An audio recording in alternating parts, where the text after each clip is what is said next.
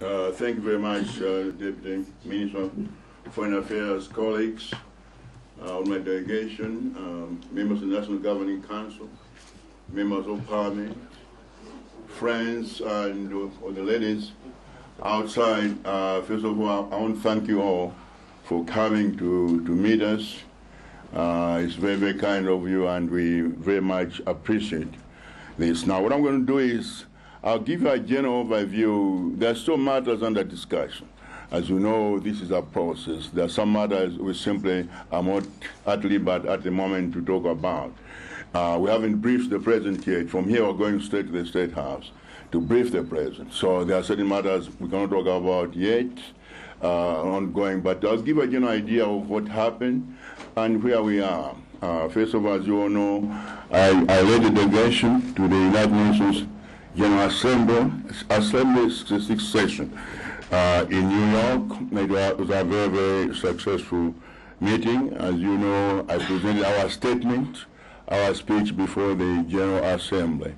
It was very well received because in our speech we proposed specific things, for example, climate change, disaster management, reform of the Security Council, peace and security. Those are specific proposals we made, and I think it was quite well received. So I want to thank all the people in my ministry who were involved in writing the speech. In addition to that, Malawi was honored, I think for the first time, I believe, that Malawi chaired one of the sessions of the General Assembly.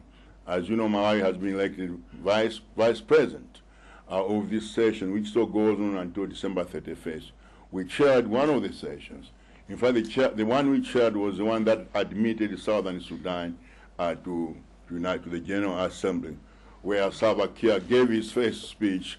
We were honored because Southern Sudan became independent when our president was chairman of the African Union. So they gave us that honor, and I think it was a very great honor for Malawi.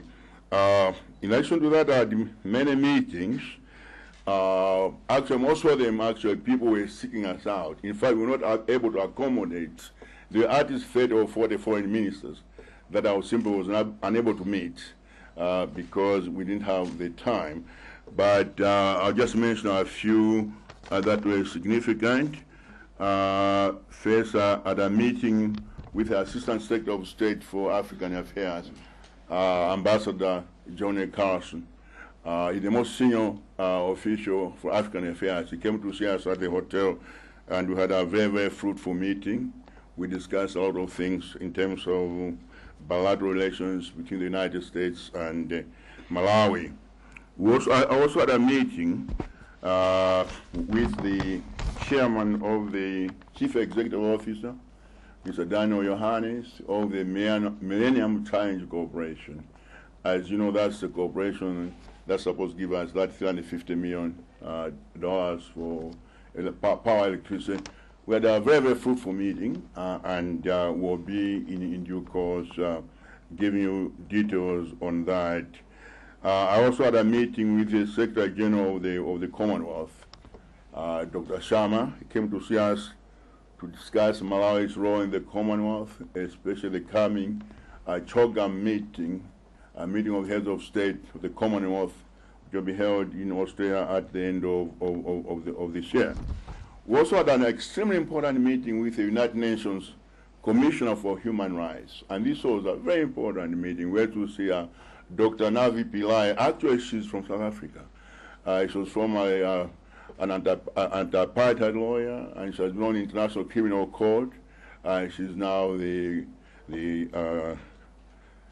Human Rights Commissioner, and we discussed a number of things. And he, in fact, determined that in Malawi we can resolve our own human rights issues, and that the United Nations will help us, give us facilities to deal with some of the issues that we are faced with in this country. Those were the main people. There are many, many others, mostly foreign ministers of various countries. Foreign Minister of Hungary, for example, came to meet us because Hungary is trying to get into the Security Council. And as you know, we have our own candidate, Malawi, and whom we are trying to put on the international Law Commission, Professor Tianjana Malua, who's now teaching at Dickinson University in the United States. So there are other horse trading and all those kind of things, and that's how the UN works. So we hope our country is going to win. If he wins, it'll be a great honor for Malawi. We are working very, very hard for him to be elected to the International Law Commission. The International Commission is a body that meets, it's almost like our Law Commission here that we have, but at the international level.